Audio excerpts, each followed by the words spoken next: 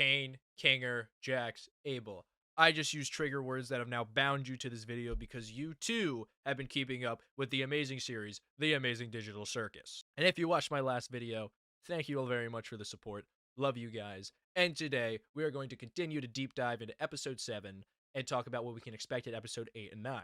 Abel, a wooden figure that has been following our characters around for the entirety of the series, in this episode decides that it is time for them to try and break into Caine's office and get them out of the circus. Great, it's kind of subtle, everyone's really on board with him in the first half, Jax isn't, which I feel like most of us would probably be like Jax in this situation, but I can also understand that these guys want to get out. So if there's some dude who can somewhat prove that he is human and is like, hey, there's a way to get out of here, I'm sure they would want to believe him. So I really don't have a problem with it logistically, but I think that does something really good for Jax's character. And it's not as much as his character in the actual story, more of us kind of taking sides with him here. Yes, he has a lot of fans within the fandom, but I don't think he's ever given us any episodes where we're truly on his side. We might feel bad for him in some cases, but this was the first episode where I feel I was actually like, I'm with him on this. Who the hell is this guy? Why all of a sudden now? And what if it's all just some big adventure? He's kind of used as a transition character here. By the end of the episode, he didn't really have any major significance other than just lore dropping to us and keeping everything extremely mysterious, forcing us to ask questions. What did happen between him and Kinger? Did he really help design this circus? How does he know so much about this? Who knows? Who knows? My theory is that he actually was a worker, and he does know what he's talking about. Still don't know what happened between him and Kinger. I'm going to take Kinger's side because he is my favorite character. Abel, if you did something wrong to Kinger, I'm glad you exploded at the end of the episode. But let's talk about that explosion at the end of the episode. We saw Gummy Goo explode and die in one of the first episodes, but he just turned into confetti. This time around with Abel, when Caine give him the old snap of the fingers, he electrocuted for a second. There was some static glitch kind of effect on him. That hasn't happened with any of the other NPCs. But during the ending, he was agreeing with Caine and everything. Very true. But Caine says something that was very interesting.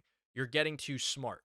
I don't think he was talking about an AI that he created getting smarter. I think he is talking about Abel himself getting too smart, knowing too much. It's something big.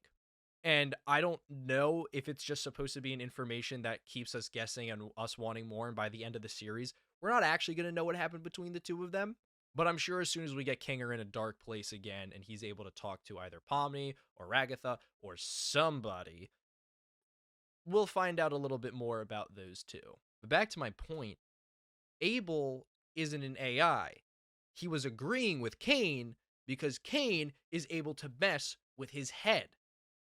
Like Jax said, he is a dirty liar. He can control them and make them think things. Like Jax said, the vegan thing, the stupid sauce, and now literally forcing a human entity to say and act a certain way to make it seem like the whole thing was an adventure.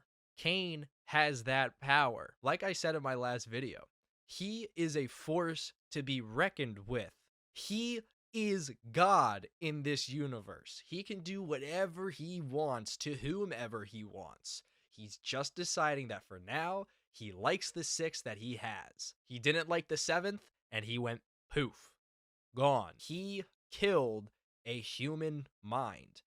That was not an AI. So throughout these episodes, they seem to remember things and not remember things from the real world in kind of like a weird sort of way. Like, they don't remember their names, which is kind of like just a very basic, important thing that humans should remember about themselves. Meanwhile, they remember things like what their interests were, how they lived and grew up. Ragatha knows she was from a farm. Gangle knows that she worked at fast food. Kinger remembers that he worked in computer science. So there are some things they do remember and some things that they don't. And I don't think they have 100% control over what those things are. And I think that it is Caine who is altering the fact of whether they get to think about and remember those things or if they don't. And I want to bring it to the last scene, which, holy Moses, tension. Kinger wasn't exactly in the dimmest place, was still in his little cuckoo head bonanza thing, couldn't do what Pomni needed him to do. Everyone was getting angry at Pomni. We want to leave. Couldn't leave. Jax is losing his shit to the left because he is thinking about his home. He's thinking about his life in the real world. After I watched it for the first time, I got the sense that he was running from something. I watched it again earlier today, slowed it down. It's real life photos and videos, and he's running frantically from something. Now, a lot of people are theorizing that he's abusive household or something, but he is running from something terrible. Why is he suddenly getting all these memories in this moment? Because it is deciding whether they go home or whether they stay. Caine knew they weren't going to push the blue button because he knew at that time he could plant something in Jax's head and he would press the red button for everyone to stay. That is one of my working theories. Because who would want to go back to a real world where you are running away from something scary and terrible? His life in the circus might be better than his life at home. Now, this is a bit of a stretch because they do remember things, and maybe he does remember that part of his life. But I do think Jax was being selfish. I don't think he wants to leave. We saw the photo of him with Ribbit and Kaufmo, and he seems happy. And the two of them seem like they're really close friends with him. Could they have been this trio of troublemakers, or maybe Jax wasn't always a jerk? Maybe he was kind of a chill dude at one point, but only when he was with those two. Who knows? But why would Jax want to leave if A, he's going back to something potentially really scary, and B, he saw Ribbit? Well, he saw green arms, but we can pretty much assume that was Ribbit when they touched fingers. Can we agree that that is a pretty good assumption? And that's when he starts to abstract, which crazy scene, by the way. I thought I was watching something completely different. All of a sudden, it's 240 FPS, and it is the cleanest colors, character model I have ever seen in my entire life. Like, what? Like, it came out of nowhere. It was awesome, but it was trippy, which is what it was meant to be. And what do we see during that abstraction? But Ribbit's head and Kaufmo's head. He sees them. He wants to go to them because he smiles at the end of the abstraction. He was content with going. Then the doorbell goes off. He wakes up. His eyes are the weird color of abstractions. He was right there, and he was happy about it. And after one more crazy adventure that he gets pulled into, he is faced with the chance of going home or staying in the circus. He'd probably want to stay in the circus, which I think is really cool for his character. To have someone who doesn't want to leave for the right reasons, that's pretty tough. Because then who are we going for? Who are we rooting for? We want everybody to go back and be happy and go back to their normal lives, but would we be happy if Jax went back to something bad? No, the fandom would lose their shit. That's the best way I could put it. The fandom wouldn't be happy, but I can see an ending for Jax being more that he does abstract and he's content with it and he gets what he wants and can potentially help the rest of the group when he's this big, strong abstraction thing. Who knows? But that is my working theory on Jax right now. Now, I am not going to sit here and lie to you guys and say that I have any idea of what Kinger was about to say, but I want to get a conversation going about it because I want to hear your guys' thoughts about what he was going to say. Was it a warning about this Abel dude? Was it a warning about Caine in general? In my head, what I can only assume, really based on nothing than my old gut feeling and having written things in the past, is he does have the answer on how to get out of here.